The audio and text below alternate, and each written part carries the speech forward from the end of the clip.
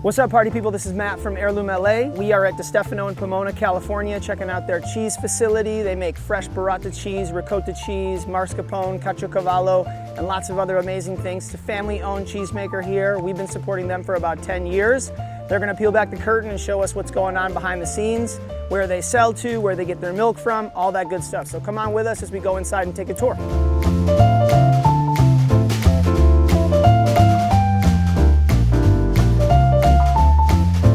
So he was saying this is where all the milk, this is the original milk. Milk gets delivered from the farm, goes in here. No, so the milk gets delivered to the silos over there that I'll show you. Okay. Then it'll be pasteurized and then brought to here through the tubes. Sorry, I'm gonna pretend like I know nothing. Milk comes in, gets pasteurized. The milk is in the vat pasteurized. How does it create the curd?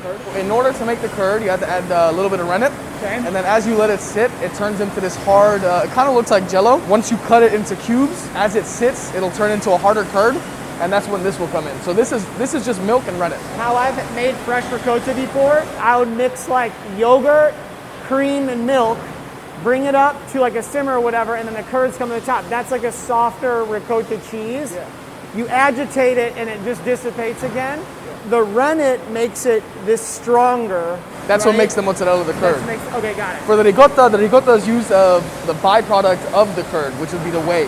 Got it. So ricotta just means recooked. So when you recook it, the same thing happens. It comes to the top, when you scoop it out, Got it. It'll come off the top, like a little skim layer, and then they package it into cups. Got it. Yeah. Got it. So it's not as strong as the curd, right? It's just much softer. Yeah, no, it's used from a byproduct. So it'll be a lot softer, a lot more liquidy, yeah. After this, he'll cut it right here. He'll throw it into the stretcher, and then the stretcher will go up there and turn into the mold. You said that you knew how to stretch cheese, so let's test you out. Let's test it. Hot water? Yeah. I pour it in there, right? Ooh, no gloves. You kind of want to use gravity. Slow? Yeah. Go clockwise. It's perfect. Spread it out. It's hot. I don't know if you know the story or not, but the way it was made is they were just making curd. They were making a different type of cheese, and it fell into a bucket of hot water. As the guy was trying to get it out with a spoon, it kept stretching and stretching, and that's how they made the mozzarella. So no salt up until this point. I just love tasting the milk. If you want it with salt, get string cheese. We don't add any whiteners, no preservatives. Yeah, it's gonna increase the shelf life. We get more sales, but that defeats the whole purpose of our goal. You know, we just want to be as healthy, as natural as possible. Milk's not white. It's not. Milk's not white. With this right here, it'll go into here. It'll continue to stretch as it's in here, through here, and push into these little molds. Got it. There's water that shoots out, and then it'll fall out. That's how we make all of our mozzarella. So we have molds from into the water to cool off. So by the time it gets to there, it's ready to package. Because if you package too hot, then it's not gonna form right. So right here is the scamorza that we make. Essentially, it's just a cooling tunnel, and there's water that flows into that. So what they're doing is they're forming it into the scamorza shape that we do. And you'll notice it kind of looks like the caciocavallo. We do that on purpose because we hang it with the rope to age. So same original product. Yeah. No so change to anything. Still mozzarella, but this is just going to be aged. So it's going to be a little harder. So then it goes in here, it solidifies into what would be like a mozzarella log, but then it just gets hung with a string and then aged. And then fun fact, the reason it's called caciocavallo is because they used to age it on a horse's neck. Cavallo, horse, they would get the cheese, hang it on the rope, and then as they were walking with the horse, they would leave it on the horse. And it would age like that. The mozzarella doesn't taste the same today as it was back then because they made it with bare hands and stuff, you know, that went into the flavor. So this is the starting of the process of the burrata. She'll take this, put it in our shredder, and that'll make the base for the stracciatella. From the stracciatella right here, then we add the cream, and then from the cream, they put it into those, because we can't make it by hand anymore. With the stepper, they'll make the burrata.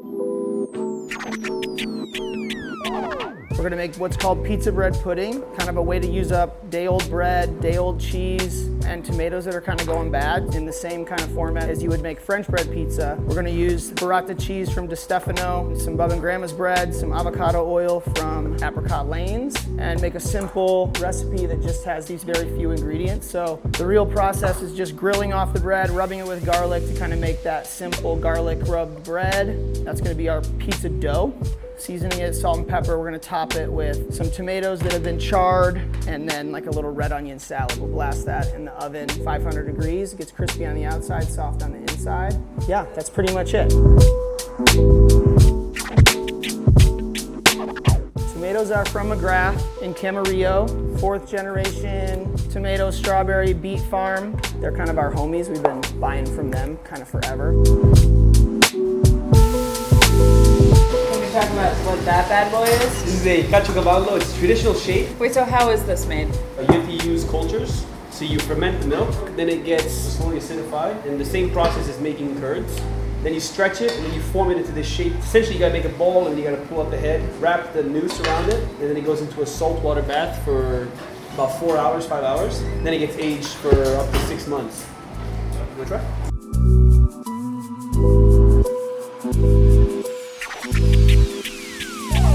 I'll always say I only learned how to make most recipes one time. I just happened to learn them from the people who make them better than anybody else. So I never had to make ossobuco twice, risotto, all those different things. Heirloom is just making those very simple recipes, following the exact same traditions. People laugh when we say lasagna cupcakes. They're like, oh, what is that? Same exact recipe as the best Italian restaurants use for their pasta. We use the same ingredients, make the ossobuco the same way, short ribs the same way. To your point earlier, which I love, you're gonna ask the why. People come to work late, did car this? You don't get terminated based on life experience. That is one of the things I take from today that I really appreciate, that makes me understand why your business has been successful for as many years as it has, and why it continues to be a family business, but not run as a family, run as a community, understanding, having empathy, having compassion for everybody that comes here to work, regardless of their background. Everybody, no matter how different, has a way they contribute somehow that's different than how I can contribute. Yeah. You know, your perspective on life gives you also different attributes that you could bring to the table that I can't. They struggle to find value because they don't find the same value that we find. But if you could find a way to use their value, all of a sudden you found a diamond in the rough, bro. Exactly. Like, they have something that we don't have. Right. You know what I mean? So that's Right. something that you have to push instead of trying to cut out. So good. Yeah, well, thanks again, gentlemen, for taking us behind the curtain, showing us what you guys do. Your cheese is better than anybody else's in the biz, so cheers to you. I hope this is the beginning to a beautiful relationship, more than it has already been for the last 10 years. So thank you again so much. Appreciate it. Thank you guys for what you guys do. That was really cool. Cheers.